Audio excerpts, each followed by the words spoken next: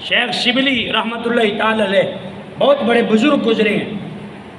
اب ایک نوجوان بیٹی تھی،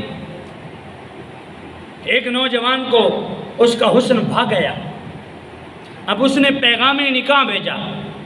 حق تو یہی ہے، بجائے اس کے کہ رات کو جناب والا ساری رات گناہ میں گزارا جائے، اس سے جناب والا بات کر کے لڑکی اور لڑکا آپس میں جو گفتگو میں لگے ہوتے ہیں.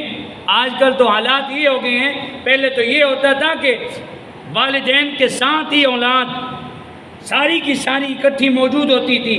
اب چھوٹا سا بچہ بھی ہے تو اس کا روم الگ ہے. یہ نہیں پتا ماں باپ کو کہ وہ اس روم میں اکیلے رہ کے کر کیا رہا ہے. وہ ساری رات گپے مارتا ہے، ساری رات گناہ میں گزارتا ہے. اس نوجوان کو یہ خبر نہیں ہے کہ مجھے موت بھی آنی ہے، میں نے قبر کی چار دیواری کو بھی دیکھنا ہے، میں نے کل حشر میں رب العالمین کے حضور بھی حاضر ہونا ہے. کیسا منہ لے کر کے جاؤں گا؟ پیغام نکاح بھیج دیا.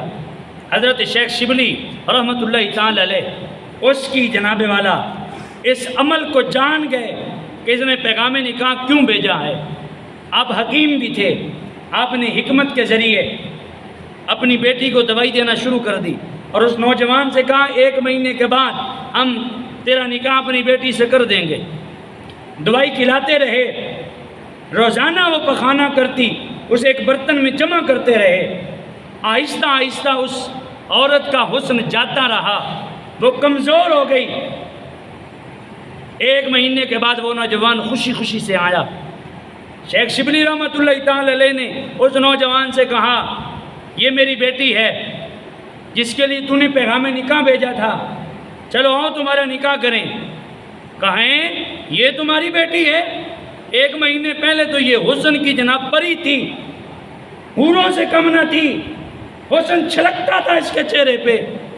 اب تو یہ لاغر ہو چکی ہے، کمزور ہو چکی ہے، کسی کھاتے کی نہیں رہی ہے، میں نہیں نکاح کروں گا. کہا جس حسن سے تجھے پیار ہوا تھا آج میں تجھے دکھاتا ہوں. اسی برتن کے قریب لے گئے جس میں اس کا سارا گند پڑا ہوا تھا. کہا یہ ہے اس بی بی کا حسن. مطلب یہ ہے کہ جس چٹی چمڑی سے تو نے پیار کیا تھا، جس حسن سے تو نے پیار کیا تھا، ایک نہ ایک دن وہ حسن زائل ہو جاتا، تو میری بیٹی کو طلاق دے دیتا اور کسی اور کے پیچھے پڑ جاتا. اس وقت نوجوانوں اس بات کو سمجھو.